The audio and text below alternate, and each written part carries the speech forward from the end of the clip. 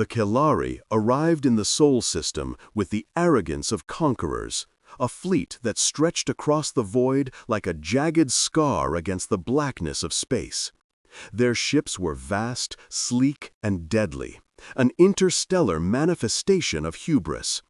Centuries of conquest had taught them that no species could withstand the combined might of their armadas.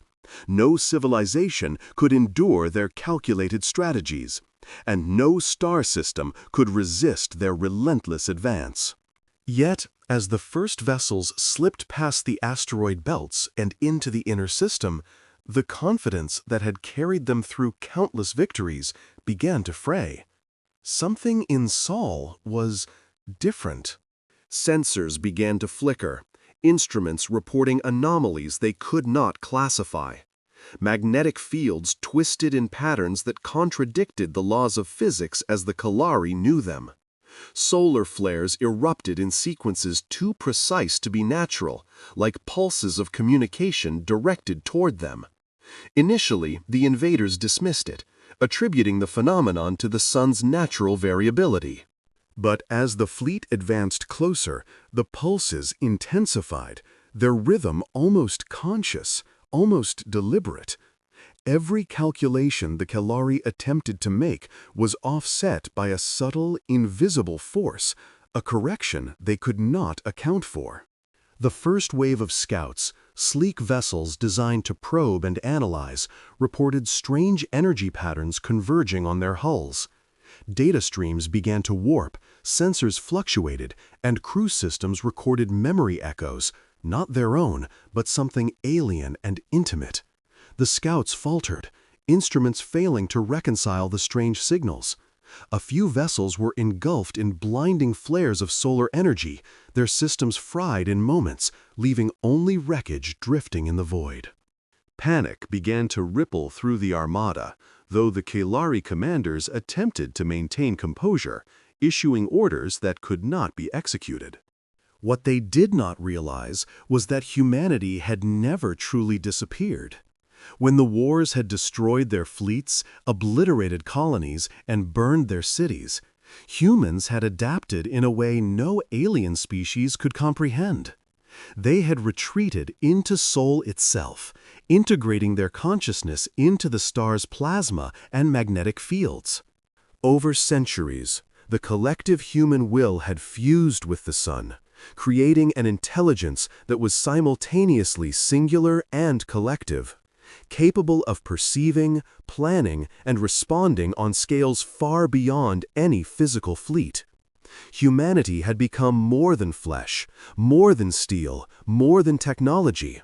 They had become a force that existed at the very core of their star. The Kelari had assumed the system was uninhabited, that Earth and its remnants were nothing but relics. They had come expecting silence. Instead, Sol pulsed with awareness. The invader ships felt the sun's energy before they saw it, a subtle tug, a vibration through the hull, a presence that seemed to anticipate every action.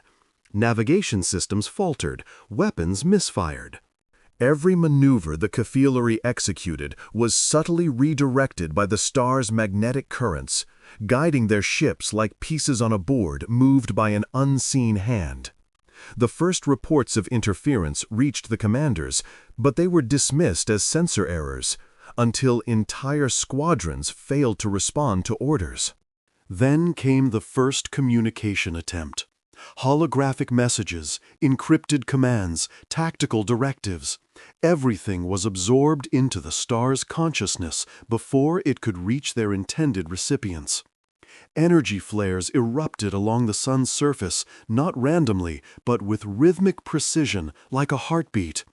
The Kelari realized, too late, that the anomaly was not a natural phenomenon. Sol was alive, aware, and it was watching them. The invaders' arrogance began to falter. They had believed in the finality of their conquest, in their ability to annihilate any civilization that opposed them. They had never imagined facing a species that could exist as thought and energy, a species that had turned its own star into a fortress. Within the corona, plasma flows, twisted and surged, reshaping the space around the fleet. The ships that had once moved with lethal precision now drifted like leaves caught in a storm. Hulls warped, energy conduits overloaded, and the Kalari realized their superior technology was irrelevant. Even their most brilliant commanders could not predict, counter, or outmaneuver the intelligence guiding the star's currents. Sol responded not with aggression, but with calculation, an intricate defense that leveraged every particle of energy, every strand of magnetic field, every photon in its radiant core. The invaders' sensors began to perceive flashes of memories, not their own, but human. Battles fought across Earth, Mars, and the lost colonies flickered through their instruments, encoded as energy patterns that infiltrated the fleet's systems. Humans, long thought dead, had become a presence in the very forces of the sun, and every pulse carried strategy, adaptability, and centuries of survival instinct. It was not merely a defense, it was a warning. Every attempt to advance was met with an invisible opposition. Every calculation countered by a consciousness that knew them intimately, that anticipated every choice. By the time the fleet had penetrated the inner orbit of the system, the truth became unavoidable. They were not merely approaching a star. They were approaching a human mind expanded across centuries, integrated with the sun itself, alive and aware. The Kalari commanders, once confident in their mastery of war, now faced a force they could not measure, could not challenge, and could not hope to destroy. They had entered Sol thinking they were conquerors, but in truth, they had entered humanity itself, and humanity, patient and eternal, was waiting. The first ships that drifted too close were enveloped in plasma currents that reshaped their energy fields, immobilizing them without damage. The star's core pulsed with deliberate patterns, resonating through the fleet, and the invaders felt the weight of human persistence. Every failed maneuver, every corrupted command, every disoriented crew member became part of the intelligence network, feeding the star with insight, strengthening humanity's control over the system. The Kalari had assumed victory. Now they realized their arrogance had brought them to the edge of annihilation, not from missiles or lasers, but from the calculated, patient, and overwhelming force of human will embedded in a star. As Sol flared again, brighter, more deliberate, the invaders' first instinct was fear. The realization that they had underestimated the true power of humanity spread like wildfire. They were inside a living fortress, and the inhabitants, the humans who had survived the centuries of war and retreat, were not just defending themselves. They were demonstrating the brilliance, resilience, and unyielding spirit of a species that had refused extinction. The fleet that had arrived to conquer would soon understand that Earth's children had become untouchable, omnipresent, and eternal. Inside Sol, the invaders discovered a reality they could not anticipate. The Kalari, skilled conquerors who had toppled civilizations and crushed entire star systems, were suddenly adrift in a medium that defied comprehension. Plasma streams flowed like rivers with intelligence, magnetic fields bent with purpose, and solar flares erupted with the precision of a mind observing their every move.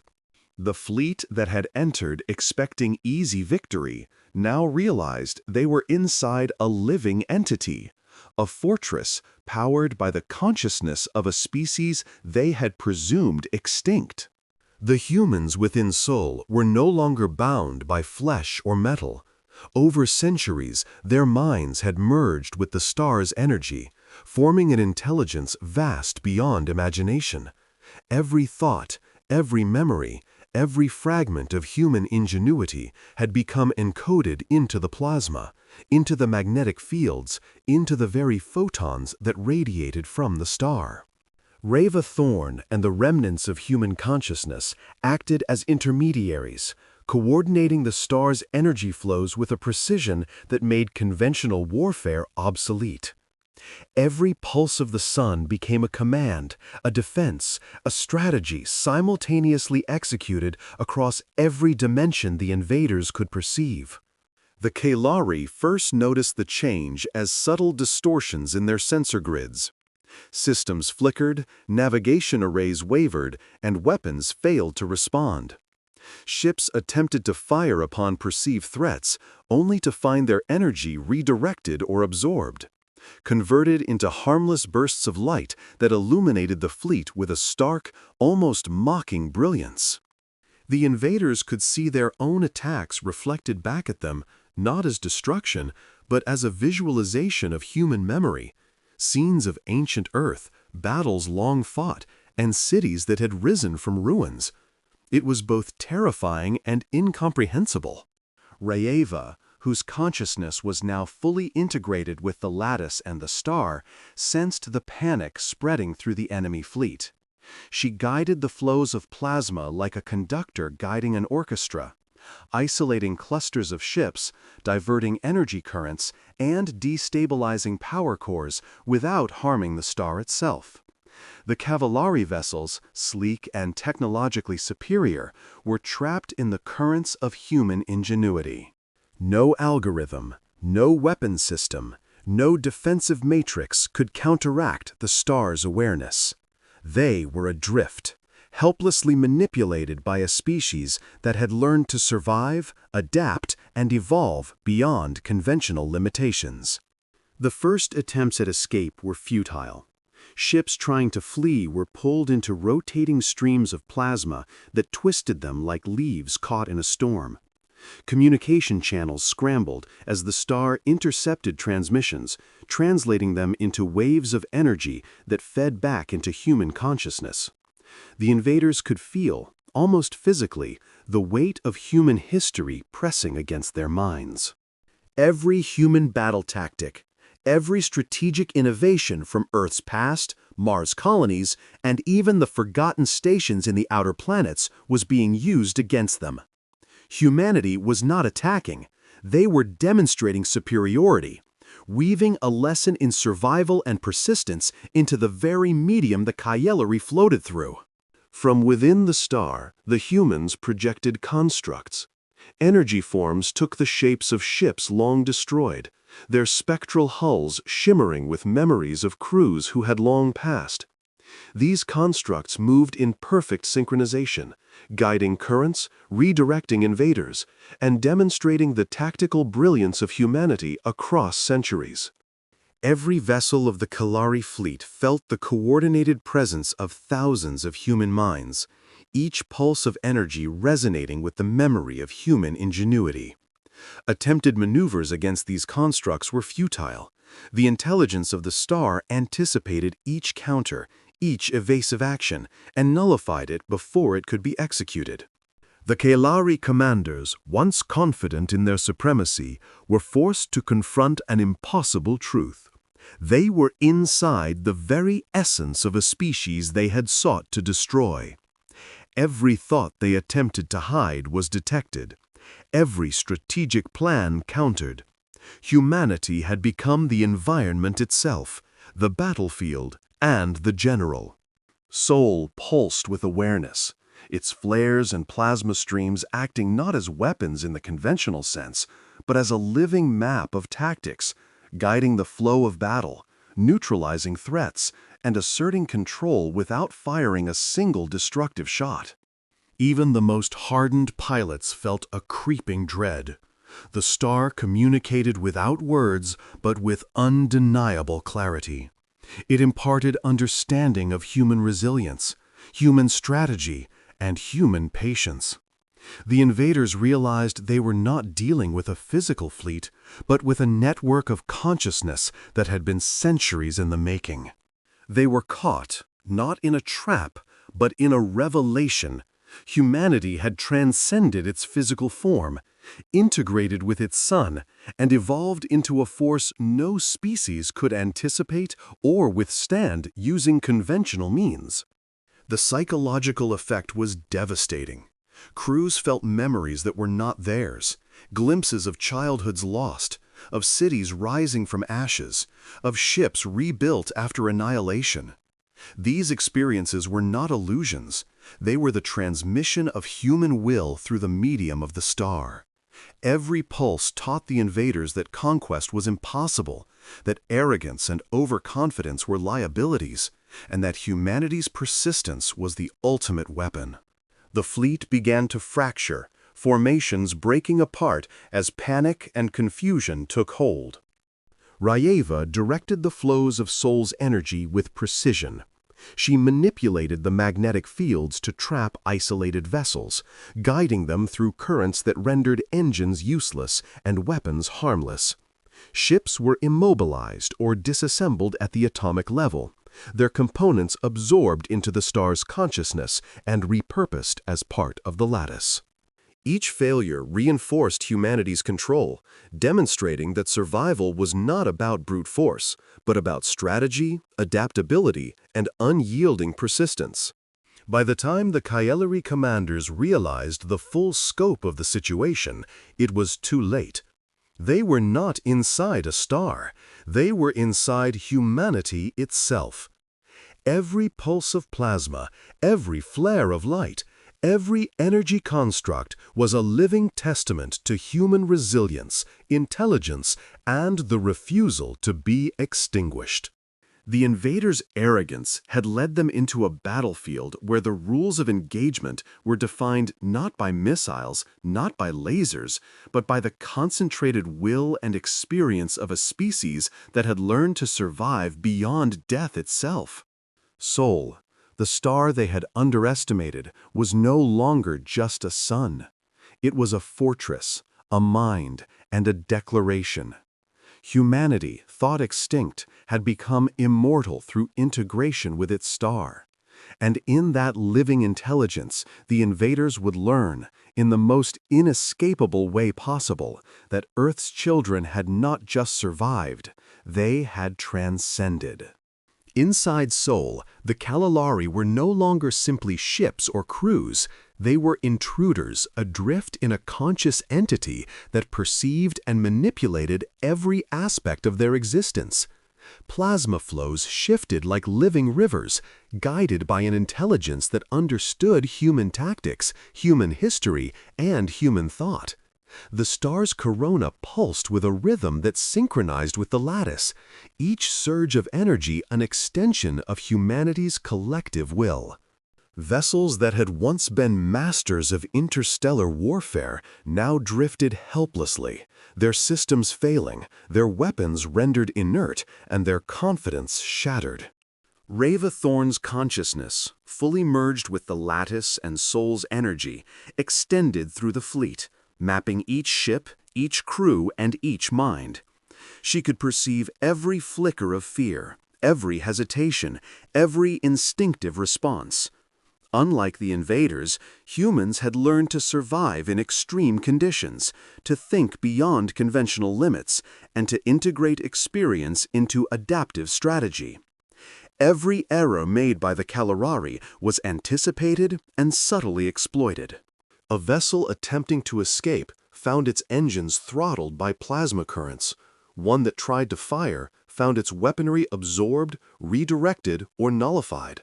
The star itself had become a living battlefield controlled by human intellect.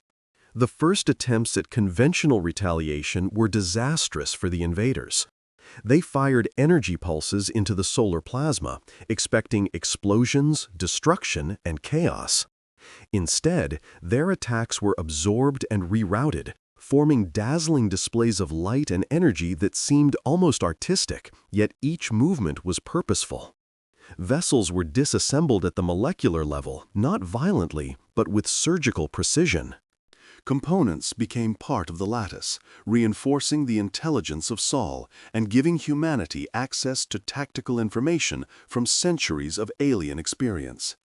The Kalari realized that Saul was not merely defending, it was educating, demonstrating the futility of opposing a species that had learned to transform the environment itself into a weapon. The star's consciousness projected visions directly into the invaders' minds. Memories of Earth's rise and fall, of cities rebuilt from ruins, of fleets destroyed and reconstituted, flooded their perceptions. Every human victory and every adaptation, every innovation that had allowed survival against overwhelming odds was transmitted as an overwhelming pulse of awareness.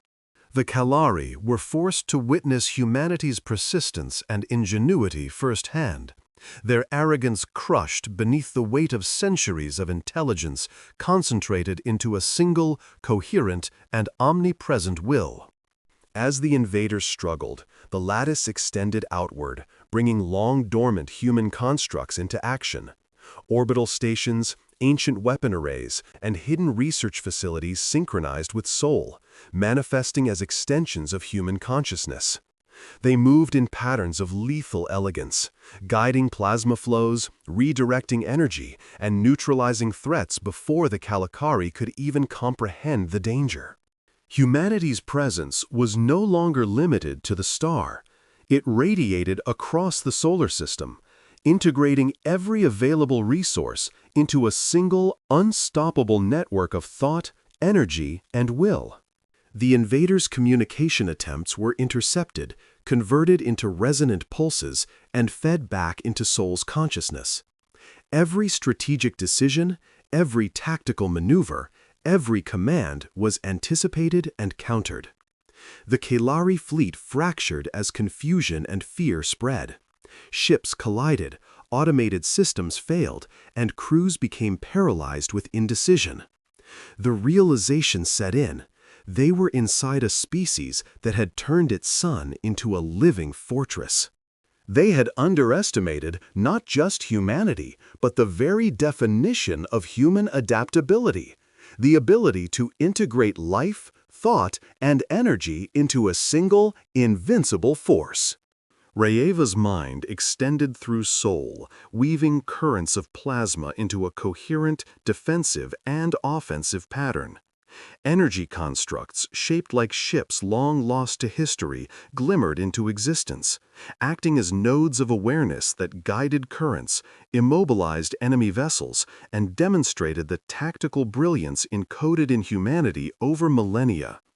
The invaders' arrogance faltered as they watched what they believed were phantom ships coordinate maneuvers with perfect synchronicity. Each construct carried the memory and tactical experience of its crew, making the fleet simultaneously stronger and more adaptive than any conventional formation. Psychological pressure mounted. Crews began experiencing alien visions, not hallucinations, but memories infused with the star's consciousness.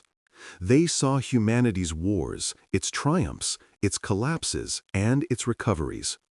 They felt the unyielding drive to survive, the capacity to learn, to adapt, and to rise from devastation again and again. Their systems recorded it, but their minds could not comprehend it fully. Every second spent inside the sun reinforced the lesson. Humanity could not be defeated by force, strategy, or intimidation. The Kalari attempted coordinated strikes, but the star's intelligence manipulated plasma currents to isolate each ship, redirect energy, and disarm them without direct confrontation. A few of the invaders, understanding too late that their physical superiority was meaningless, attempted to surrender. But even surrender was futile. Soul was not a passive recipient of action. It was an active consciousness, aware of intent, able to neutralize threat without unnecessary destruction, and capable of integrating intelligence into the lattice. Humanity was demonstrating dominance not through aggression, but through an unassailable presence. By the time the invaders realized the scale of their mistake, the truth was undeniable. They had not invaded a star. They had walked into humanity itself, a species that had transcended the limitations of flesh and steel, merging with its sun to become something eternal, something incomprehensible to those who had thought it extinct. Every attempt at conquest, every assertion of superiority, every weapon brought to bear had been anticipated, countered, and nullified. The Kailari were trapped, and in their entrapment, they had witnessed the awakening of a species that had refused annihilation. In that moment, the invaders understood the magnitude of human endurance. Sol was no longer just a star. It was a testament, a living demonstration of what it meant to survive against all odds, to adapt beyond expectation, and to manifest intellect and will into physical and metaphysical dominion. Humanity had become more than life. It had become a force, omnipresent, unyielding, and immortal. The Kailari fleet, once confident in conquest, drifted in awe and terror, realizing that inside the sun, inside the heart of human legacy, they were powerless. By the time the Kailari fleet reached the inner corona, any semblance of their former control had evaporated. The invaders were no longer navigating space. They were drifting inside the conscious mind of a species they had believed extinct. Sol's plasma flares now moved with the intent of thought, channels of energy shaping themselves to counter every evasive maneuver, every tactical command, every calculated strike the invaders could muster. Raiva Thorn, the human consciousness merged with the star, orchestrated the currents like a maestro, using centuries of accumulated knowledge and instinct to manipulate the battlefield in 3 dimensions simultaneously. The Kaselari could neither escape nor fight back effectively. They were trapped in a system where physical superiority was meaningless, and every action played into the hands of a force beyond comprehension. The star's surface pulsed, flares erupting in patterns that formed luminous sigils, ancient symbols of human culture long lost to memory but encoded into the lattice. These flares were not mere displays. They were nodes of control, energy tendrils extending into the Kailari ships, interfacing with their systems in ways the invaders could not counter. Engines failed, communications scrambled, weapons went offline, and shields fluctuated unpredictably, leaving vessels exposed to the star's subtle manipulations. Some ships were drawn into plasma eddies, twisted by currents that defied physics as they knew it, while others were immobilized, hovering helplessly like insects caught in a web.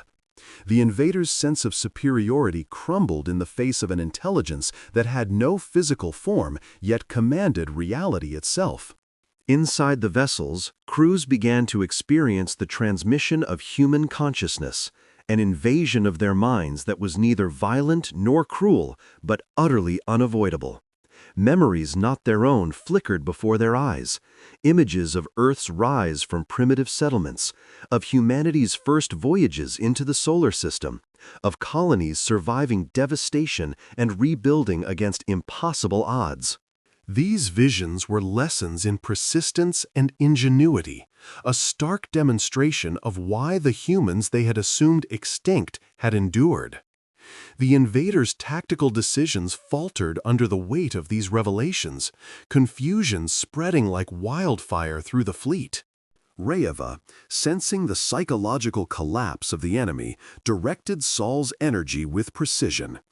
Plasma channels formed intricate geometries around groups of ships, isolating them from one another. Magnetic fields twisted vessels into unnatural orbits, making coordination impossible. Ships attempting to flee were drawn back, rerouted along currents that led directly into the heart of the star's influence. Sol itself was no longer just a star. It had become a living battlefield, a defensive fortress, and a demonstration of human ingenuity in action. From the star, energy constructs manifested in forms the invaders recognized, yet could not comprehend. Human ships, long lost to history, appeared as radiant, spectral vessels, their hulls shimmering with the memory of crews who had once commanded them. These constructs acted as guides, redirecting plasma flows, neutralizing energy surges, and reinforcing the patterns Rayeva wove across the solar system. Each construct was a node of human will, a memory brought to life, perfectly coordinated to demonstrate the tactical brilliance of a species that had learned to survive even annihilation itself. As days passed, the Kalari fleet fragmented further. Confusion, fear, and awe spread through their ranks. The invaders began to understand that they were not facing a fleet of humans, but humanity itself. The lattice extended beyond Sol, connecting with dormant human outposts, hidden colonies, and stations scattered across the system. These locations activated as extensions of the consciousness within the star, coordinating plasma flows, enhancing energy constructs, and reinforcing control over the fleet. The invaders had underestimated not just human persistence, but humanity's capacity to transform its environment into an instrument of survival and dominance. Desperate attempts at aggression were systematically neutralized. Plasma currents dissolved ship armor. Energy weapons were rerouted harmlessly into space, and engines were throttled by invisible forces that seemed to anticipate every action. The Kalari could not fight back. They were trapped inside a species that had merged with the sun, whose intelligence was amplified by centuries of survival, adaptation, and ingenuity. Each failed attack, each misstep, each moment of panic only strengthened the lattice, integrating more data into the consciousness that now dominated Sol. Psychological warfare became as effective as physical control. The invaders were forced to confront the depth of human perseverance, the brilliance of minds that had evolved beyond mere flesh, and the unyielding will of a species that refused to die. Every vessel carried the echo of human thought. Every crew member experienced the memories of centuries of survival, and every tactical decision was countered before it could be executed. The Kalari had entered a battlefield where every law they had relied upon was irrelevant, every advantage nullified, and every expectation subverted. Finally, Rayeva projected the full scope of humanity into the fleet's perception. The invaders witnessed not destruction, but creation. Humans turning a star into a fortress, their minds stretched across space and energy, orchestrating currents that defied comprehension. The Kalari realized too late that they had not invaded a star. They had entered the consciousness of a species that had transcended extinction, that had become eternal through adaptation, and that wielded survival itself as the ultimate weapon. The fleet that had entered Sol with arrogance and certainty now drifted in awe and terror. Their vessels, once symbols of power, were mere shadows within a consciousness that could manipulate reality itself. Humanity was everywhere, inside the star, across the solar system, and in every energy pulse that resonated through space. Sol's light burned brighter than any tactical advantage, illuminating the invaders' vulnerability and the unstoppable force they had awoken.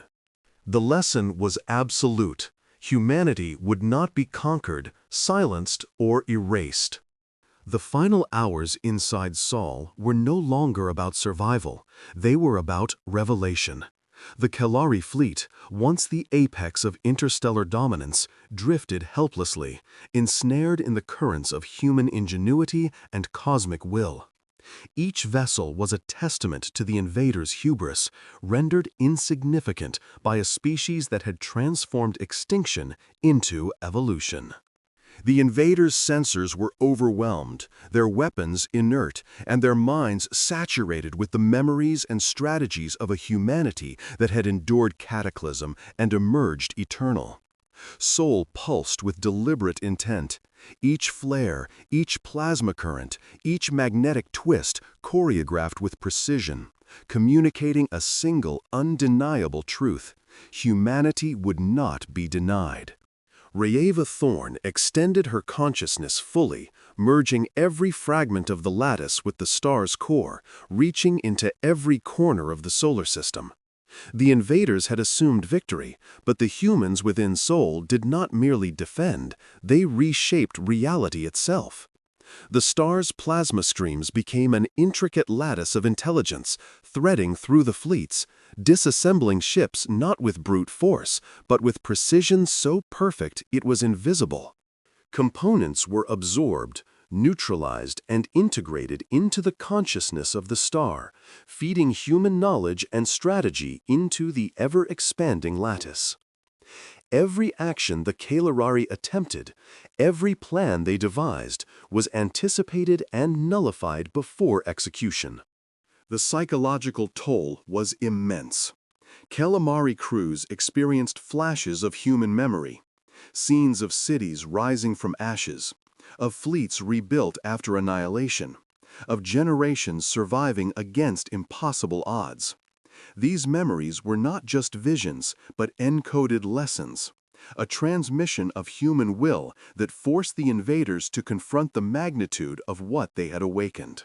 Panic spread as entire squadrons faltered, systems failed, and the realization set in: they were no longer the hunters, they were trapped inside the hunted.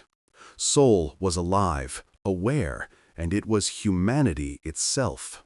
From within the star, Rayeva projected constructs of human fleets long destroyed, their spectral forms shimmering with a brilliance that was both beautiful and terrifying. These constructs coordinated with perfect precision, guiding plasma currents, intercepting isolated vessels, and reinforcing humanity's dominance across every inch of the solar system. The Kalari could neither flee nor fight. They were inside a network that combined intelligence, energy, and time into a singular, unstoppable force. Every attempt to resist only strengthened the star's control, integrating more data into the lattice and enhancing the strategic foresight of humanity itself.